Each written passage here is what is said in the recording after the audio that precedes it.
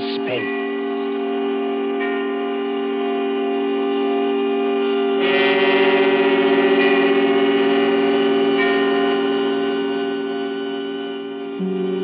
This is the Man in Black. Here again to introduce Columbia's program, Suspense. Our distinguished star this evening is the stage and screen favorite, Mr. Paul Lucas, whose performances in The Lady Vanishes and in the stage production The Watch on the Rhine you will recall with pleasure. Tonight's tale of suspense is a story by John Dixon Carr, Fire, Burn, and Cauldron Bubble. If you've been with us on these Tuesday nights, you will know that suspense is compounded of mystery and suspicion and dangerous adventure. In this series are tales calculated to intrigue you, to stir your nerves, to offer you a precarious situation and then withhold the solution until the last possible moment. And so with Fire, Burn, and Cauldron Bubble and the performance of Paul Lucas and the other members of our company, we again hope to keep you in...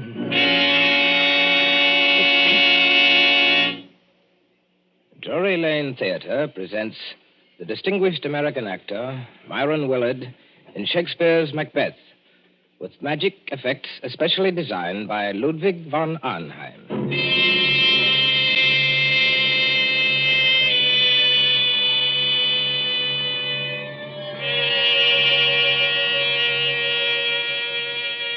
Double, double, toil and trouble, fire, burn, and cauldron bubble.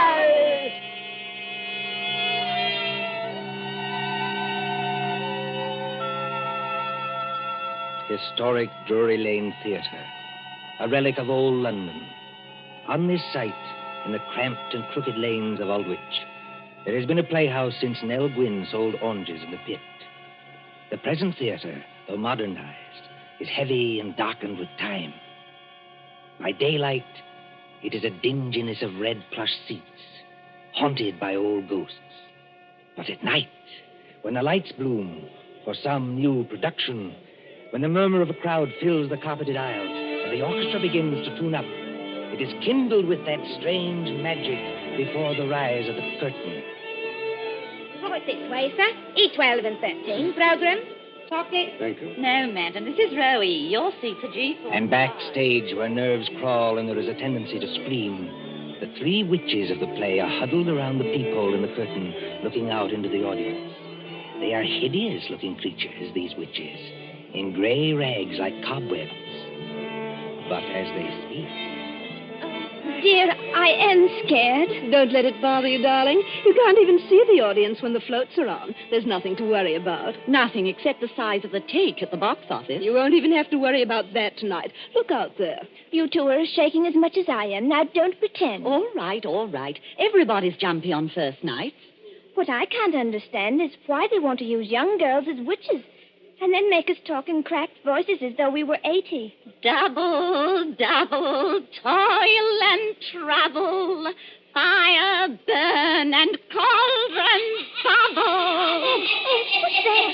Say, dear darling, it's only one of the ghost effects.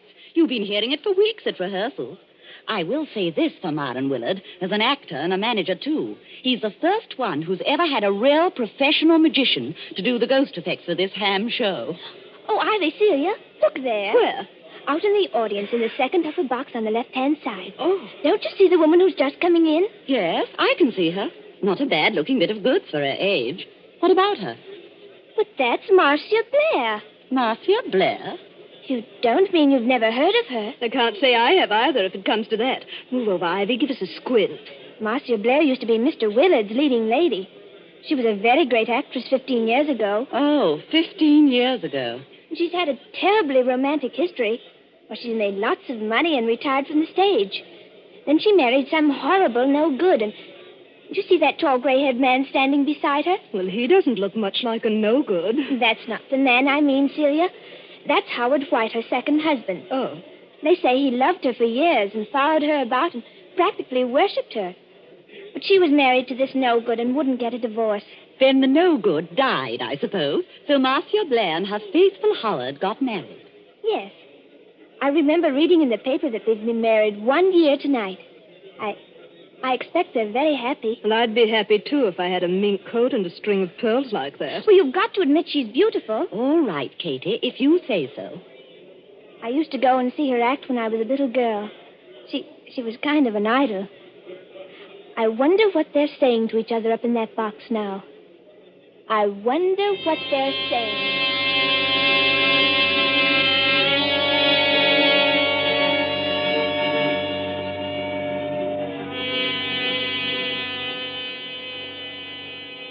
Marcia, dear, I wish you wouldn't be so uneasy. Nothing can happen to you here. You're uneasy yourself, Howard. Yes, I suppose I am a little. Howard, I know I shouldn't be talking like this on our first anniversary, but that's what worries me. What if Barry isn't dead? What if he isn't dead? Oh, listen to me, darling. Your late husband, heaven condemn his soul, died in New York more than a year ago. We have proof of that. Well, then who wrote those letters to me? I don't know, dear. Somebody playing a joke on you. Joke. If you marry him, Marcia, you won't be alive a year from then. Joke. But you're married to me, my dear, and you are alive. Shall I quote you something from another play, Howard? Well, The Ides of March are come. I, Caesar, but not gone. And it's still 2 hours. 2 hours to the time we were actually married. oh, look here, dear. This is carrying an obsession too far. It would be just like Barry to wait until the last moment, just to make it worse. You knew him. Yes, I knew him. He was a genius. I suppose so. As a mere businessman, I never quite understood this theatrical temperament, except yours, of course. Barry was a greater actor than Myron Willard will ever be. Barry could play anything, from a Cockney to King Lear. His skill at makeup wasn't merely good. It was terrifying. Oh, Howard, I am frightened. Suppose he's managed to get close to us tonight, and yet we can't see him. Well, the music started, Marcia. I shall have to go. Must you go, Howard? Really? If I break this appointment with Ferndale, dear, the deal will be called off. And since I haven't got too much backing anyway, All right, dear. I understand. Go ahead. unless you wanted to come with me, And Miss Myron's opening tonight? Oh, I couldn't do that. I tell you, you'll be perfectly safe here, dear. Of course, Howard. I know that. You're in full view of 3,000 people. Nobody could attack you. The only door to this box is guarded. Outside that door will be Miss Fenton, who's devoted to you, and a chauffeur who's even more devoted to you. What could happen, dear? Nothing, of course. And I'd prefer to be alone anyway. Yes, I rather guessed Oh, that. please, dear. It's just that I can't endure anybody being with me when I'm watching a great play. But that doesn't include you, darling. Then, if you'll accept these, madam, in honor of our first anniversary. Oh, Howard. Well, they're lovely. Of course I'll accept them. And here's a program. Got everything else you need? Yes? Yes, I think so. I just opened the door to the passage to make sure our watchdogs are on guard. Yes, they're out there, all right. Good night, Marcia. See you in an hour or two. Good night, Howard. And good luck. Miss Fenton, Bradley. Yes, Mr. White. Yes, sir. Anything wrong? Miss Fenton, you've been my wife's companion secretary for 5 or 6 years. Yes, Mr. White, and I've loved every minute of it. And you, Bradley, you haven't been my chauffeur for quite so long, but they tell me you're an ex-wrestler. That's right, sir. Champion of the Shoreditch Athletic Club. And in my prime, though I says it as shouldn't, as good a man as ever climbed through the ropes. Now, you know your instructions, Bradley. You trust me, sir. Nobody gets into this here box tonight unless it's over my dead body. Nothing must happen, do you understand? Nothing. Please, you're as white as paper. As for you, Miss Fenton, I'm afraid it's a little awkward. I know I ought to ask you to go in and join Marcia, but... Oh, you needn't apologize, Mr. White. I know she doesn't want company. She'll be leaning forward with her elbows on the box rail, just as she always does. She isn't merely watching a play. She's acting, Lady Macbeth. Every line, every gesture. And I don't mean to disturb her. You won't leave this door, either of you. You trust me, sir. If... no. Anything wrong, Bradley? It is a very rummy-looking cove coming along the passage, sir, wearing a big black cloak with a red lining. Oh, that man, Bradley. That's only Herr von Arnheim. He's a professional magician and escape artist. I was just wondering... Excuse me. Don't worry, Mr. White. We'll look after her. Von Arnheim. I say von Arnheim. Thou canst not say I did it. Never shake the gory locks at me. I beg your pardon? And I beg yours, my friend. I was merely quoting a line from the play. You are not leaving the theater. Surely not walking out on Macbeth. I'm afraid I've got to. Oh, that's a pity, my friend. You will miss some of my best effects, to say nothing of Shakespeare's. When Banquo's ghost appears at the table. I don't want to hear any more about ghosts, thanks. Banquo's or anybody else's. I imagine you mean your wife's late husband. You've heard about it, then? Yes, your wife has told me a good deal. She seems to think that in my profession I might have some charm over demons or spell against ghosts. You know, Van Arnhem, in a muddled kind of way, that's what I've been wondering myself. Unfortunately, no. I am all too human. But your problem interests me. And I confess it worries me. Worries you? What about me? As I understand it, her first husband was a half-mad American actor who later went completely mad and died in New York. His, what's the word I want? Or obsession? That's it, obsession. His obsession was Marcia Blair's eyes. Yes, always her eyes. They seemed to hypnotize him. It is not new, you know. You'll find the same motive, the eyes of a beautiful woman, all through the works of Edgar Allan Poe. Then, as I understand it, after this man's death, she began to receive a series of letters. Foul letters. Apparently written by him, and threatening her with some rather horrible form of death if she married you. I tell you, Barry Lake is dead. He can't get up out of his coffin. Oh, getting out of coffins, my friend, is not so difficult. I have done it myself. Oh, please stop joking, Van Arnhem. You don't happen to be dead. True. There is that small difference. Is your wife here in the theater tonight? Yes. She wouldn't have come here except that it's Marion Willard's first night. And we haven't seen Marion, either of us, in years. She's back there in Box D. So I hear. I was hoping that you might invite me to share the box. Look here, old man. I don't want to seem inhospitable, but... She doesn't want company? Well, that's about it. Well, then walk back a little distance with me, this way, so that we can see the stage from the back of the dress circle. Now, the orchestra has stopped, and they'll ring up in a moment. There. Look at it. Look at what? The stage, man. The lights have gone out. All except the dim yellow footlights shining at the curtain. The last cough, the last murmur, the last rustle of program dies away in one vast, breathing hush. The curtain goes up. Let go of my arm, Van Arnhem. I've got to leave. Now, what are the stage directions? A desert place. Thunder and lightning. Enter 3 witches and...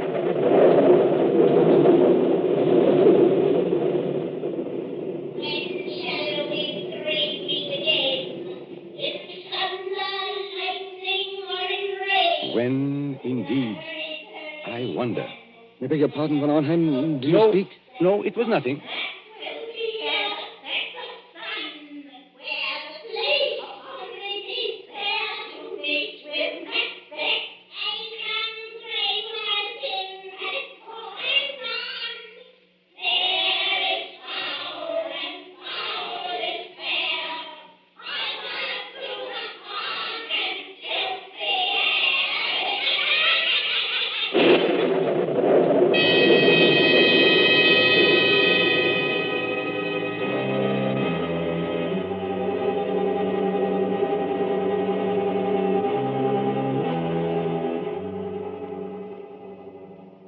London newspapers for that year 1936, you may read how Myron Willard triumphed at Drury Lane as Macbeth.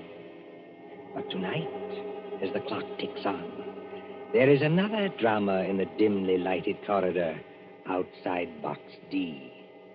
There sits Miss Louise Fenton, Marcia Blair's companion secretary. Beside her, burly and broken-nosed, is big Jim Bradley, the ex-wrestler. And when more than half an hour has passed... There's the applause, Jim. That must be the end of the first act. Yes, I hear it. Nothing's happened. But take my word for it, nothing's going to happen. Oh, she's such a likable person, Jim. And I think one of our greatest Shakespearean actresses. Well, I don't much care for this Shakespeare business, miss. You give me a good movie with gangsters in it. It's my style. Oh, you don't understand, Jim. I've seen her as Juliet, as Rosalind, as Portia, in our own drawing room without any props.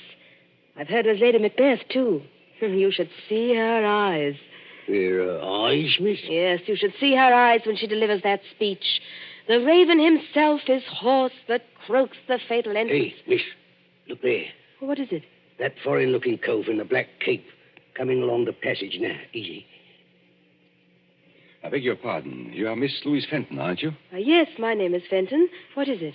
I am Ludwig von Arnheim, a friend of Mr. White's. And I must see Marcia Blair at once. No, you don't, Governor. You're not going in there. Why not? Because nobody goes in there. Not if it was the king himself. That's orders. Now listen to me, both of you. When the lights went on, I happened to be looking at Box D from the other side of the theater. And I think Yes? there is something wrong. But there can't be anything wrong. Jim Bradley and I have been sitting here the whole time. Except, of course... Except when?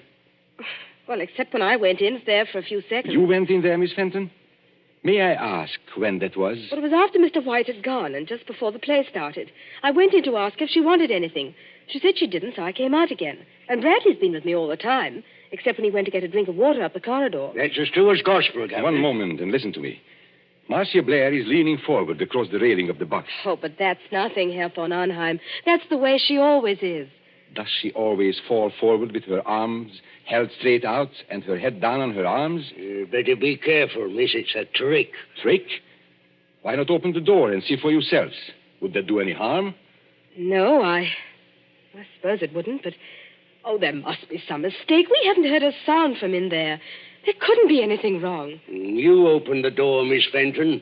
I'm going to hold tight to this gentleman, just in case. Quiet, please. Quiet. What is it, miss? Walk in there with me, both of you. Please go casually, as though nothing were wrong. We don't want to attract attention. Now. Oh, Herr von Arnheim. There's blood all over her face. Yes.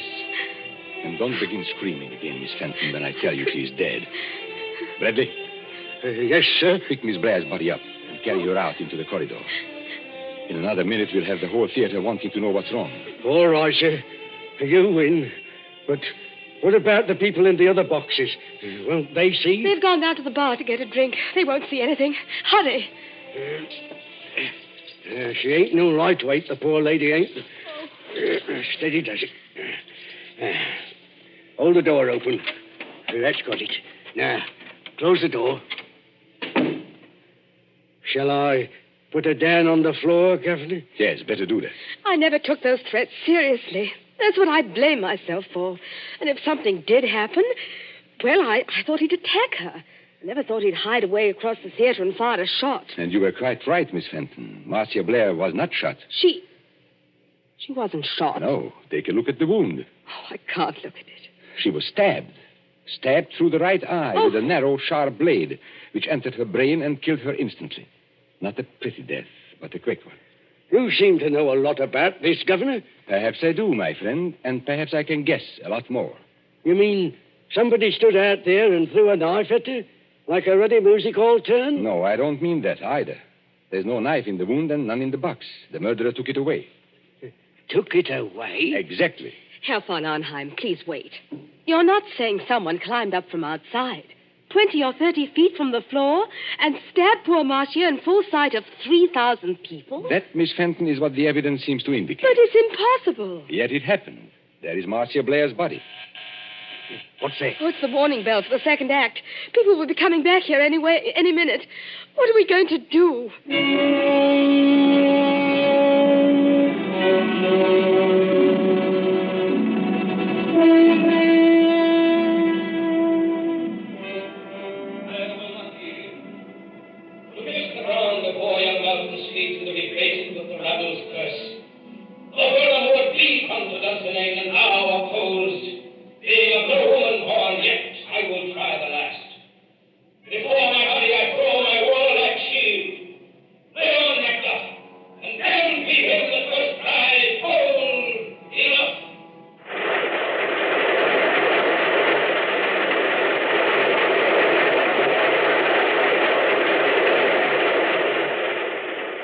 Applause, acclaim, triumph.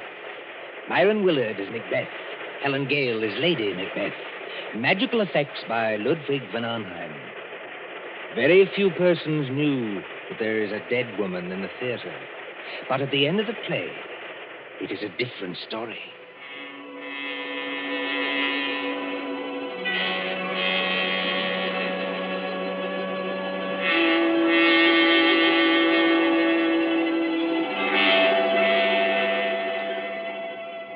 crowd files out, past a cordon of police. The lights are extinguished. The great theater is dark and mumbling with echoes. See the stage now. Only the battens or overhead lights pour down a pale blaze on two men who stand grotesquely against the background of Dunsinane Castle. One of these men is Howard White, very near collapse. The other is Myron Willard himself, still wearing his makeup, still wearing helmet and chain mail. And when Willard speaks... Howard! Howard White! Confounded man, can't you hear what I'm saying? Excuse me, Madam. This is almost finished. Oh, not that I'm blaming you, old man. Thank you, Madam. It's traditional, you know, that Macbeth's an unlucky play. But up to the very end, I thought I'd never done better. 11 curtain calls. No, 12. How did you like my tomorrow and tomorrow speech? I'm sorry, Madam. I'm afraid I didn't hear it. Yes, poor old Marcia. She'd have hated to die like that. Marcia was proud of her eyes. Always nearsighted as an owl, but too vain to wear glasses. There's Von Arnheim looking at us from under the castle archway. Von Arnheim!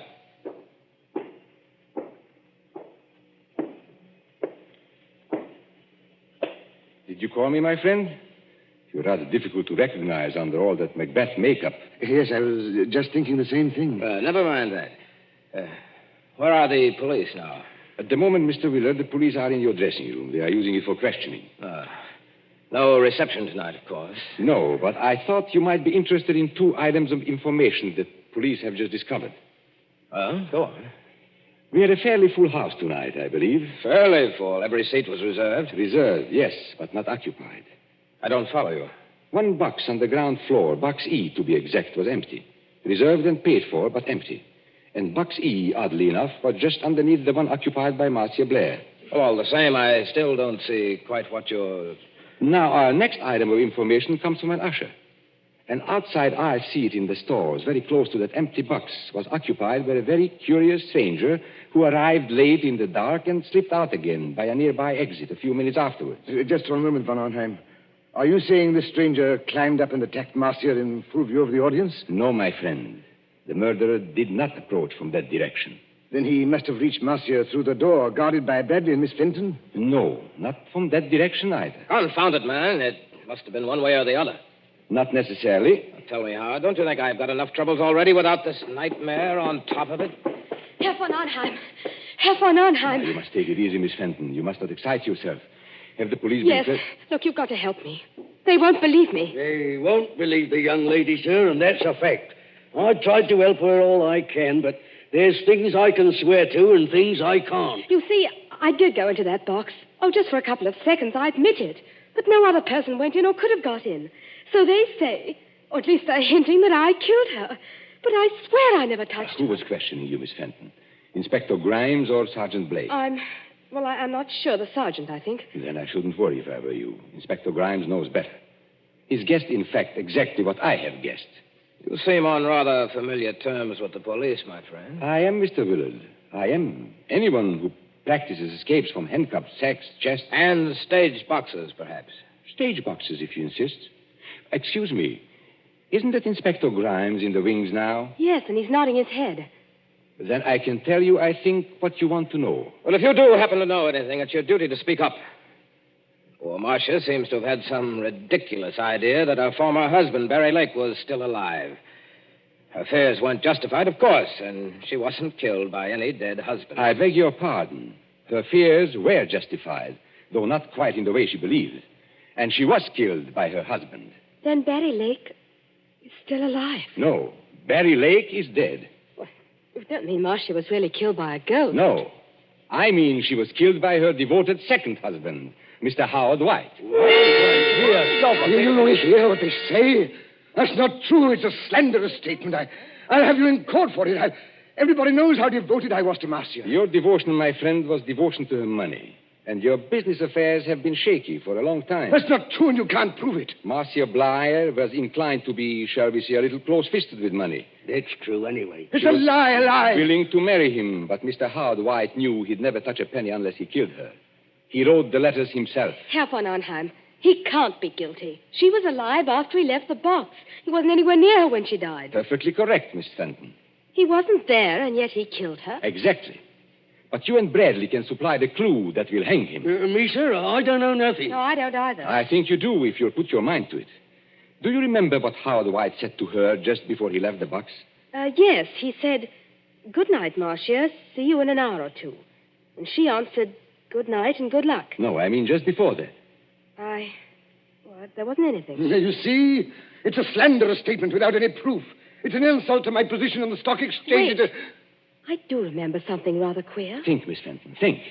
He said to Marcia jokingly, "If you'll accept these, madam, in honor of our first anniversary." And Marcia said, "Howard, they're lovely. Of course I'll accept them." That's right, sir. He did say it. And what do you think he was referring to, Miss Fenton? What was he asking her to accept? Well, I imagined it was flowers, a corsage or something like that. Did you see any flowers in the box or pinned to Marcia Blair's gown? No. Now, come to think of it, I didn't. Then what did he give her? Don't look at me, sir. Now, here is a woman who is very nearsighted, yet refuses to wear glasses.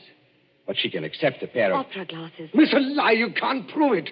Hold on, sir. Let go. You better stay here, Governor. Thank you, Bradley, but the place is surrounded with police. But I still don't understand. Now, what happens when you lift opera glasses to your eyes and they are not in focus?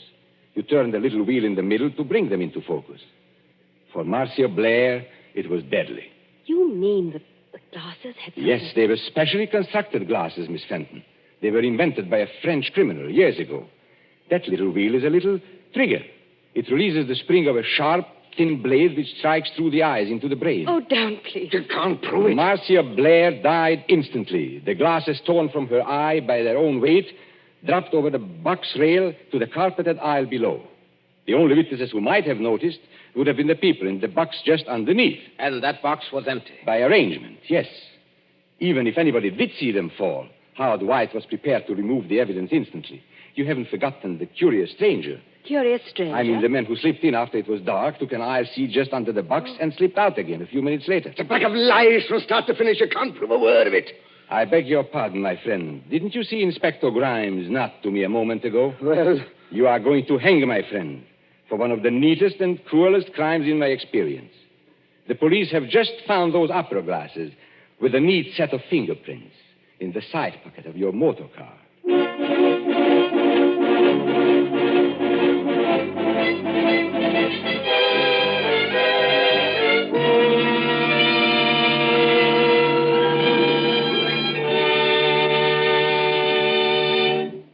And so ends Fire Burn and Cauldron Bubble, starring the distinguished actor Paul Lucas. Tonight's tale of suspense. This is your narrator, Ted Osborne, the man in black, who conveys to you Columbia's invitation to spend this half hour in suspense with us again next Tuesday, same time, when Nancy Coleman stars in Fear Paints a Picture. William Spear, the producer, John Dietz, the director, Bernard Herrmann, the composer-conductor, Robert Salmon, studio technician, and John Dixon Carr, the author, collaborated on tonight's Suspense.